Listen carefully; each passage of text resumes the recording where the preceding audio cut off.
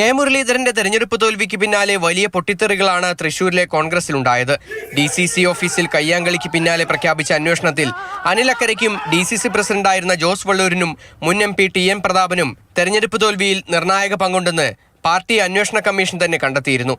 എന്നാൽ തുടർന്നും ഇവർക്കെതിരെ നടപടി ഉണ്ടായില്ലെന്ന് മാത്രമല്ല, വീണ്ടും ഈ കൂട്ടത്തിൽ നിന്നുള്ളവർ തന്നെ ജില്ലയിലെ കോൺഗ്രസിന്റെ നേതൃസ്ഥാനത്തേക്ക് വരുമെന്ന ഘട്ടത്തിലാണ് ഈ കടുംവെട്ട്. DCC പ്രസിഡന്റ് നിർണയത്തിൽ കേന്ദ്ര നേതൃത്വം അഭിപ്രായം തേടിയപ്പോൾ എല്ലാവരും അനിലക്കരയ്ക്കും പ്രതാപനും MP വിൻസെന്റിനുമെതിരായി കടുത്ത നിലപാടാണ് പ്രകടിപ്പിച്ചത്. ഇതോടെയാണ് DCC വൈസ് പ്രസിഡന്റായിരുന്ന ജോസഫ് ടാജറ്റിന് വഴി തുറന്നത്. എല്ലാ ഗ്രൂപ്പുകാരോടും സമദൂരം പാലിക്കുന്ന വ്യക്തി എന്നത് ടാജറ്റിന് ഗുണമായി. മാത്രമല്ല, തൃശൂരിലെ തോൽവിക്ക് ശേഷം ഇടഞ്ഞു നിൽക്കുന്ന കെ മുരളീധരനെ അനുനയിപ്പിക്കാനുള്ള നീക്കം കൂടിയാണ് മുരളിക്ക് കൂടി സ്വീകാര്യനായ വ്യക്തിയെ തൃശൂരിന്റെ നേതൃസ്ഥാനത്തേക്ക് കൊണ്ടുവന്നത്. കഴിഞ്ഞ തെരഞ്ഞെടുപ്പിലെ തോൽവി സംബന്ധിച്ച് കൃത്യമായ നിലപാടുകളുണ്ട് പുതിയ DCC പ്രസിഡന്റിന്.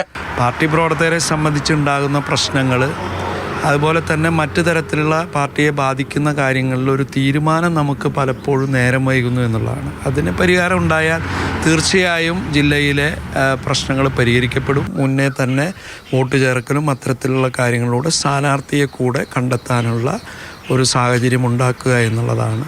ജോസ് വള്ളൂരിനെയോ അനിലക്കരയെയോ DCC പ്രസിഡന്റ് ആക്കണമെന്ന് ഒരു വിഭാഗം വാദിച്ചെങ്കിലും തിരഞ്ഞെടുപ്പിന് ശേഷമുണ്ടായ സംഭവവികാസങ്ങൾ തിരിച്ചടിയായി.